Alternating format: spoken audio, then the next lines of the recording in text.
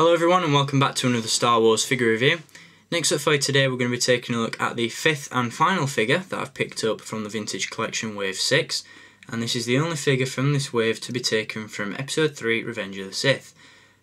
As a clone fanatic, it's once again another clone trooper figure, and definitely one, like the Attack of the Clones style figure that I gave you a look at previously, is one that I really wanted to get my hands on ever since seeing the initial pictures of him at the New York Toy Fair. And the figure in question is of course this guy. This is the AT-RT driver, obviously as I said from Episode 3 Revenge of the Sith, and like with the Episode 2 Clone Trooper, this guy is packed to the brim with screen accuracy, weaponry and articulation. So before I get onto the figure, I'm going to give you a look at the packaging that he comes in.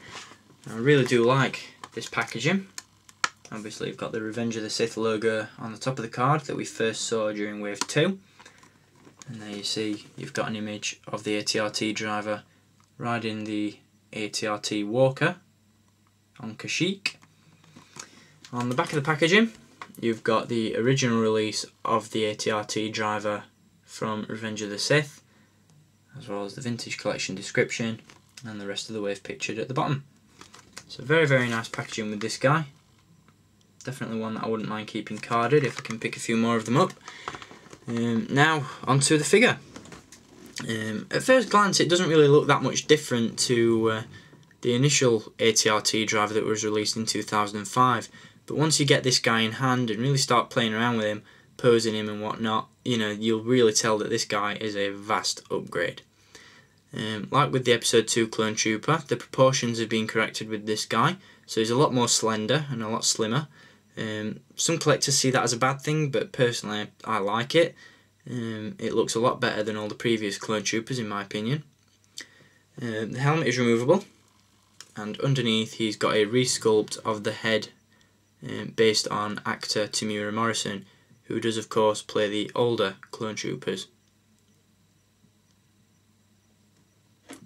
as well as Jango Fett. So there you go.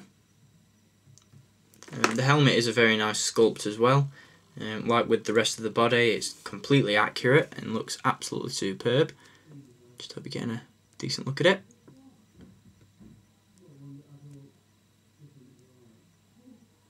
And in terms of weaponry, he does come with the DC-15 rifle, which once again is the same one as that was included with the Episode 2 clone.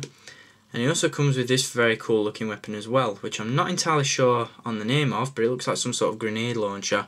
And as you can see, it's also got a harness on it which can be thrown over the Clone Trooper's chest. So it does look very nice. The backpack is also removable, as it comes as a separate piece inside the packaging. And overall this guy just looks absolutely awesome. Personally I want to get a few more of these guys, and I also want to pick up a few more of the Clone Wars AT-RT Walkers, so I can let this guy ride them. And in terms of articulation, he's actually been articulated so he can accommodate an AT-RT, which is really cool.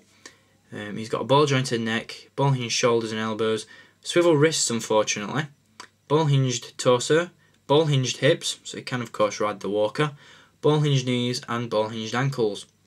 So very nicely articulated.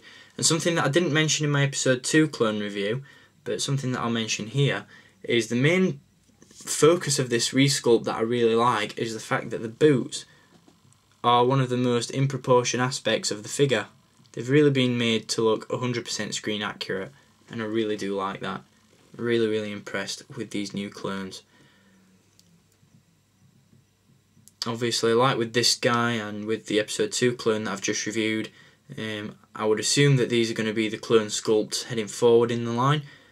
Obviously we are set to see a release of Captain Fodo using this new sculpt. We're also set to see a release of the 501st Clone Trooper as well. So a lot of stuff to look out for in 2011.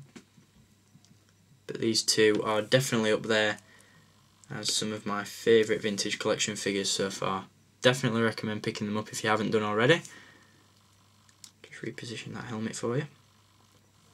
And as I've said previously, really cannot stress to you enough how cool these figures are. definitely recommend going out and getting some. So I hope you've enjoyed this review, and I will be back with some more reviews very soon. Got a ton of collectibles to give you a look at in the near future, so stay tuned for all of those and more.